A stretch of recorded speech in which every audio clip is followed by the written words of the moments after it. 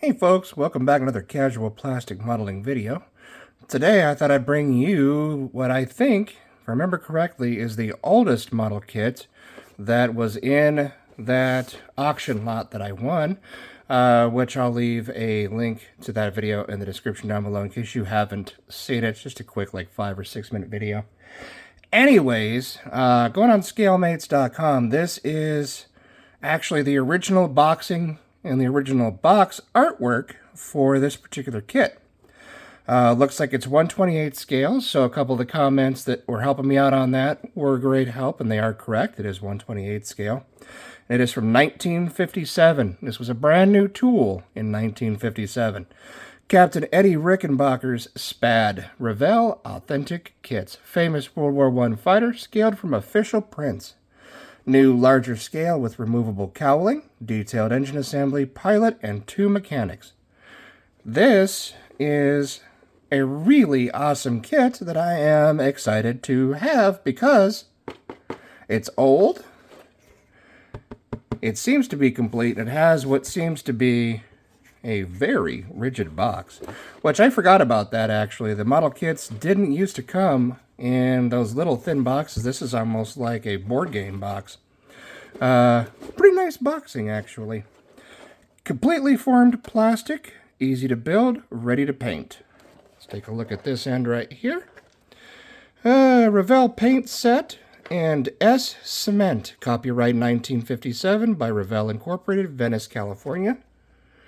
Here's some more of their other awesome available kits from back in the day.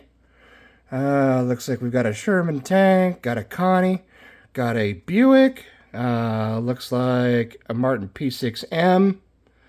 There's the B-57B bomber. I mean, just all kinds of different really cool stuff. We got a Ford pickup truck. Doesn't say the specific year, but that looks like...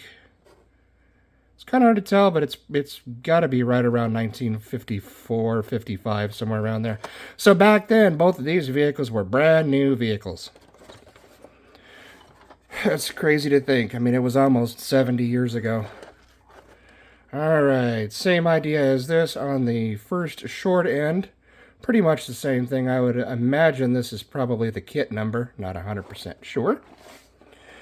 And... yep, this is pretty much the exact same thing as the first long side, only it has different kits that were available from the other side.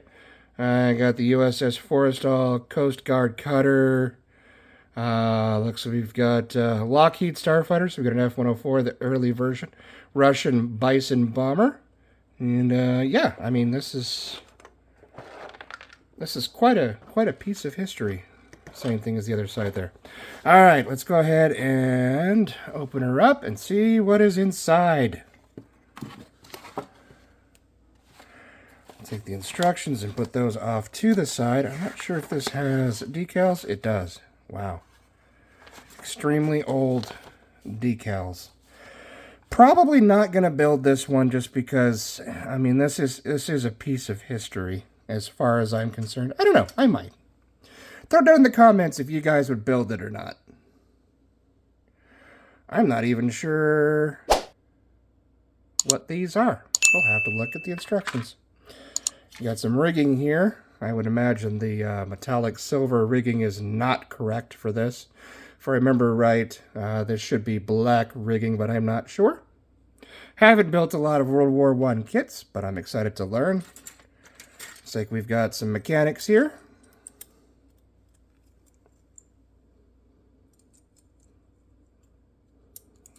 Looks like front and back. And here is the pilot. Very nice. Honestly, they're not that bad looking either, especially for 1957. Not too shabby. I mean, not great by today's standards, of course, but for 1957, I think these are pretty awesome. So that would be Captain Rickenbacker himself. And we've got another mechanic. Front and back. Very nice. And we've got some cowling. We've got some wheel covers. Looks like we've got a seat. And we've got our machine guns. Looks like they're nice and straight. They haven't been altered in any way. They haven't been exposed to heat from what I can tell. Very, very glossy plastic. Alright, so there's one fuselage half there. Here be the second fuselage half.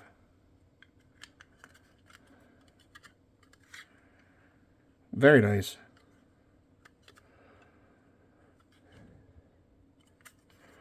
I mean, for a 70-year-old kit, those two fuselage halves fit better than some of the modern kits that I have to fill to high heaven right now.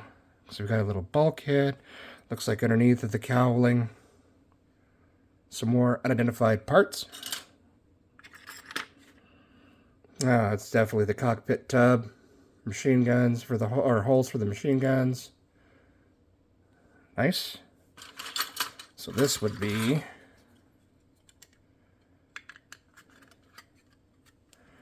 should be, I believe, if I have it right side up.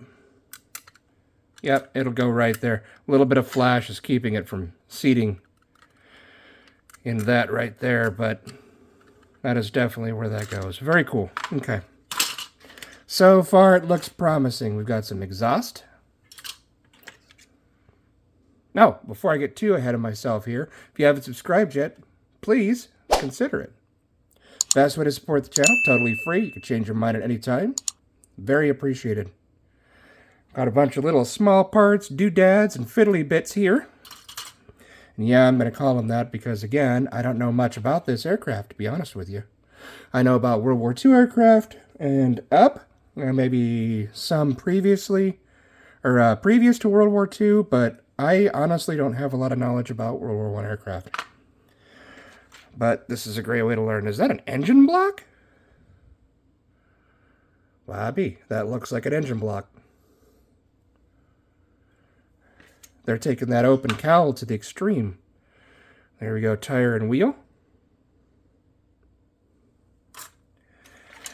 And front of the cowl, got a propeller.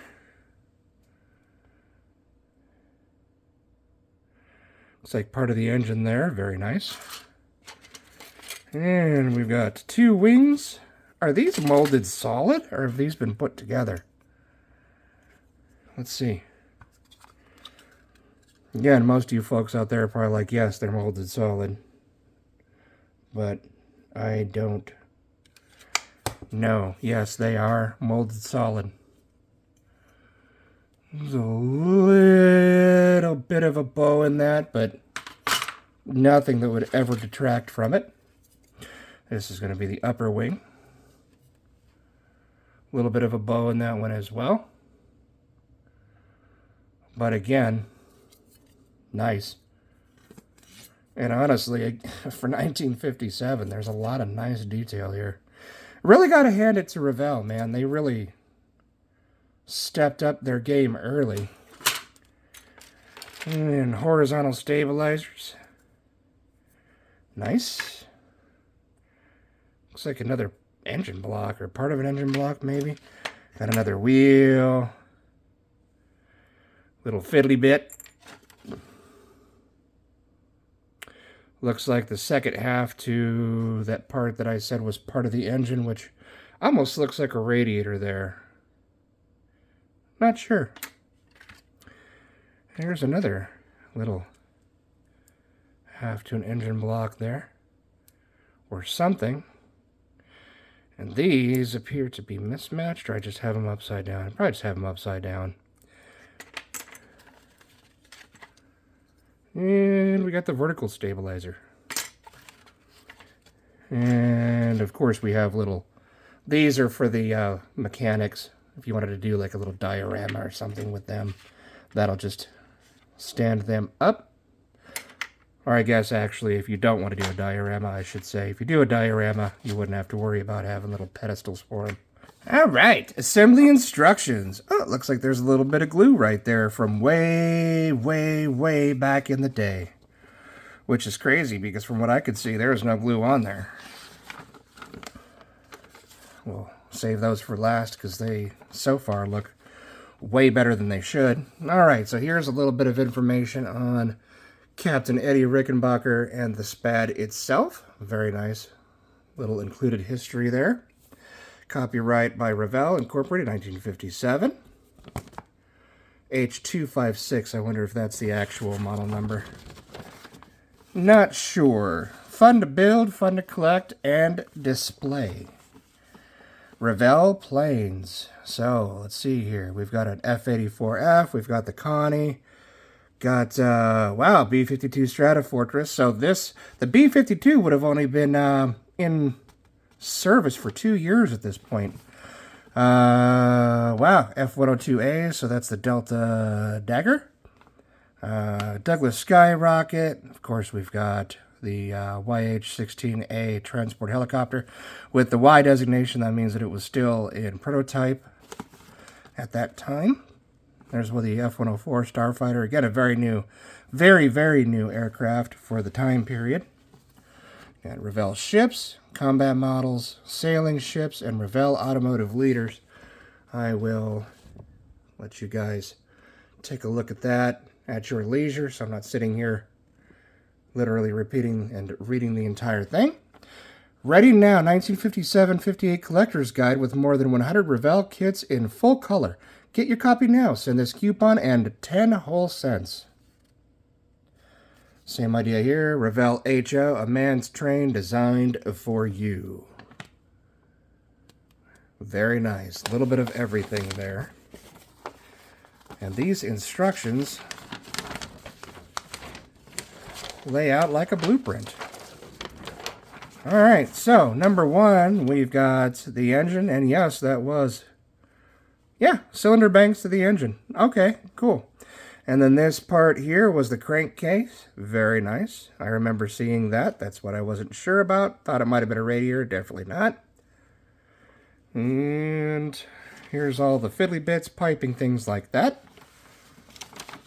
And there, of course, is the fuselage in number 3.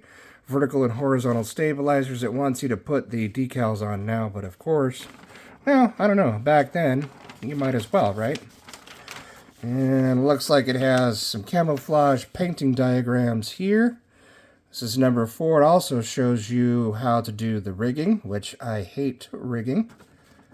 Let's see. Okay, those weird parts there were for the cockpit sides. Okay, front engine support, of course, the seat, and engine support brackets.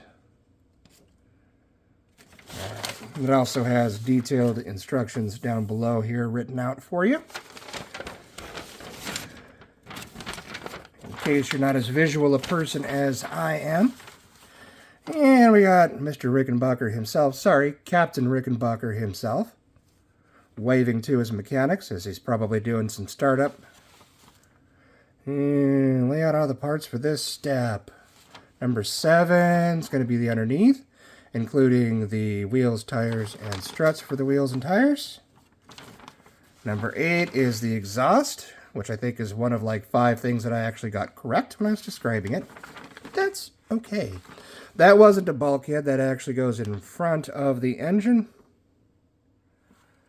That's step number 9 there. And of course we've got the frame for his windscreen. I forgot about that. The SPAD actually did have a windscreen. One of the few things I knew about World War I aircraft. And here's where we put the top wing on, top of the rigging. There is the front of the cowling.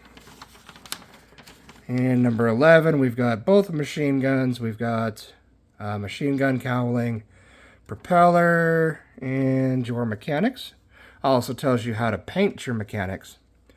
Khaki, flesh color, khaki. I mean, that's kind of very, very basic, but I mean, hey, at least it did tell you how to do that.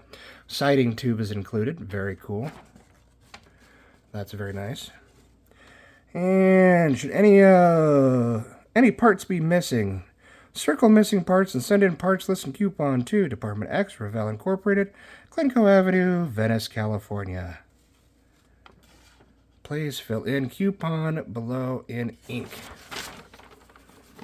Okay. So did we cover it all? We did. And it doesn't actually show you like decal placement in its own step. It just shows you decal placement as you build. Huh. Honestly, again, better than some modern instructions. Not too shabby at all.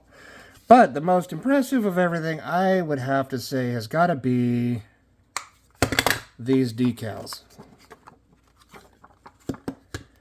These decals are pretty well done. Cracked, of course, but I mean, aren't we all? They're almost 70 years old.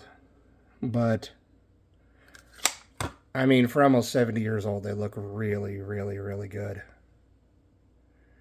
Really good. Quite impressed. I mean, they're already showing some cracking, of course, right here.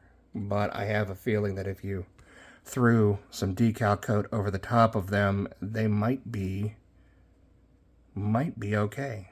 But again, I don't plan on building this kit. I think this kit is just way too much of a piece of history. I don't know. We'll see. We'll see what happens. All right, so there she be. Revell's 1957 edition of their 1/28 scale Spad, flown by Captain Eddie Rickenbacker himself. Very impressed for an almost 70-year-old kit. This is pretty amazing. Got the Red Baron's Fokker DR1 right there, as a matter of fact. So, yeah, let me know down in the comments what y'all think. I think you'll like it. If you haven't subscribed yet, again, what you waiting for? Best way to support the channel, tick the bell to get a notification every single time that we do upload a video. Throw it a thumbs up if you liked it. Dislike it, please go ahead and leave it down below in the comments what you thought was, could use some improvement. Yeah, love you all, God bless, and we'll see you hopefully very soon. Happy modeling.